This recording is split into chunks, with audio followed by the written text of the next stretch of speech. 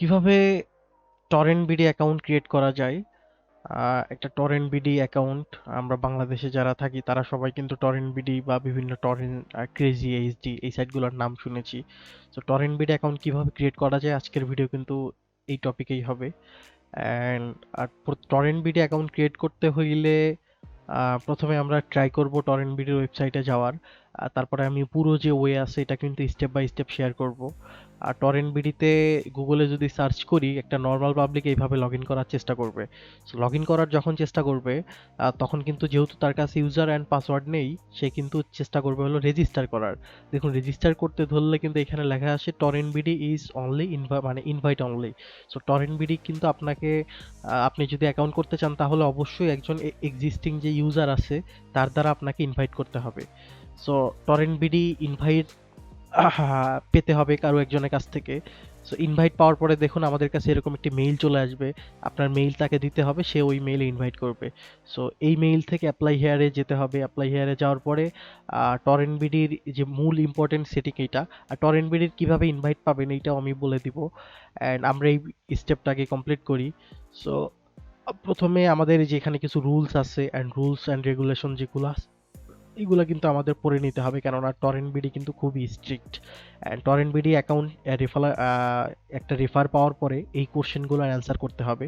কোশ্চেনগুলো যদি ভুল করি তাহলে কিন্তু আমাদের টরেন্ট বিডি অ্যাকাউন্ট দেওয়া হবে না। সো কোশ্চেনগুলো আমরা দেখে নেই।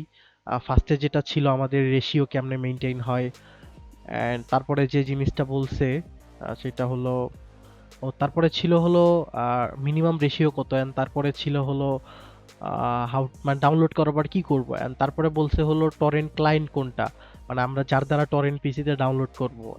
অনেক আছে। আর টরেন্ট বিডির অফিসিয়াল যে টরেন্ট ক্লায়েন্ট সেটা হলো কিউবিট টরেন্ট।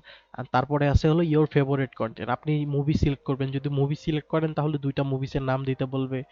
আর টিভি সিরিজ যদি সিলেক্ট করেন তাহলে দুইটা টিভি সিরিজের নাম দিতে পারবে।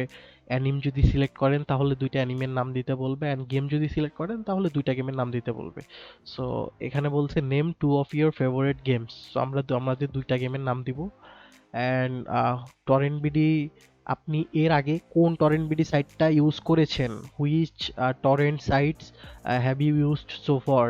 সো আপনি এর আগে কোন টরেন্ট সাইটস ইউজ করছেন, যে কোনো একটা টরেন্ট সাইটের নাম আপনি দিতে পারেন এখানে, যেমন ওই যে 1337x নাম, ওই টাইপের যে একটা সাইট আছে আমি ওইটার নাম আপাতত দিয়ে দিলাম।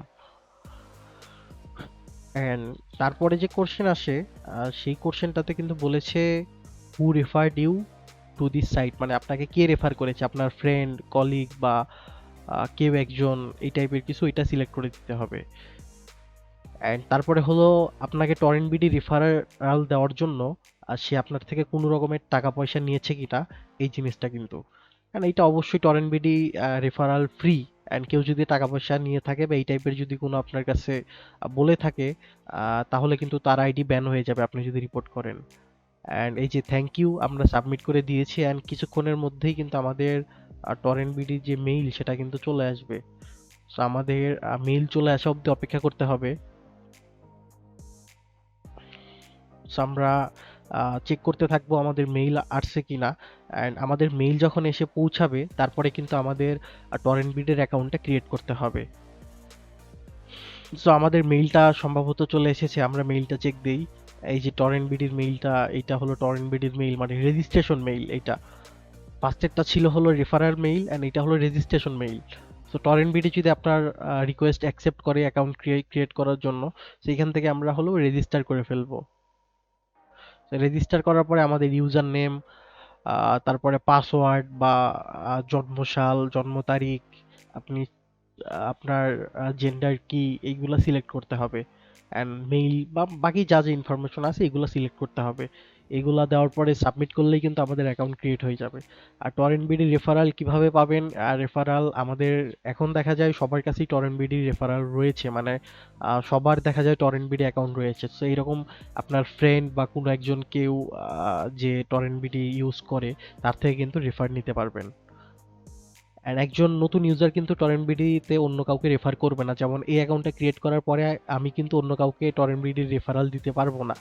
কারণ টরেন্ট বিডি রেফারাল যদি দিতে চাই তার জন্য একটা লিমিট রয়েছে, মানে কিছু রিকোয়ারমেন্ট আছে আমার ওইগুলো কমপ্লিট করতে হবে, যেমন আমাদের সিট বোনাস, তারপরে এইগুলো আর কি, আমাদের রেশিও, এইগুলা যখন একটা জায়গায় চলে যাবে, মানে একটা যখন লিমিট ক্রস করে ফেলবে, তারপরে কিন্তু আমরা 10 জনকে রেফার করতে পারবো। সো এখানে সবকিছু আমরা সিলেক্ট করে ফেলবো। অ্যান্ড টরেন্ট বিডি কিন্তু শুধুমাত্র বাংলাদেশি ইউজার যোগ্য। অ্যান্ড ফেসবুকে অনেক গ্রুপ আছে যেখানে টরেন্ট বিডি রেফারাল বা এই টাইপের গ্রুপ, সো ওই গ্রুপগুলোতেও কিন্তু আপনারা রেফারার পেতে পারেন। আর সবচাইতে ভালো হয় যদি আপনার পরিচিত কেউ আপনাকে রেফার করে। আর টরেন্ট বিডি রুলস কিন্তু খুবই স্ট্রিক্ট। আমাদের রেজিস্ট্রেশন হয়ে গেছে, আমরা এখন লগ ইন করে ফেলবো।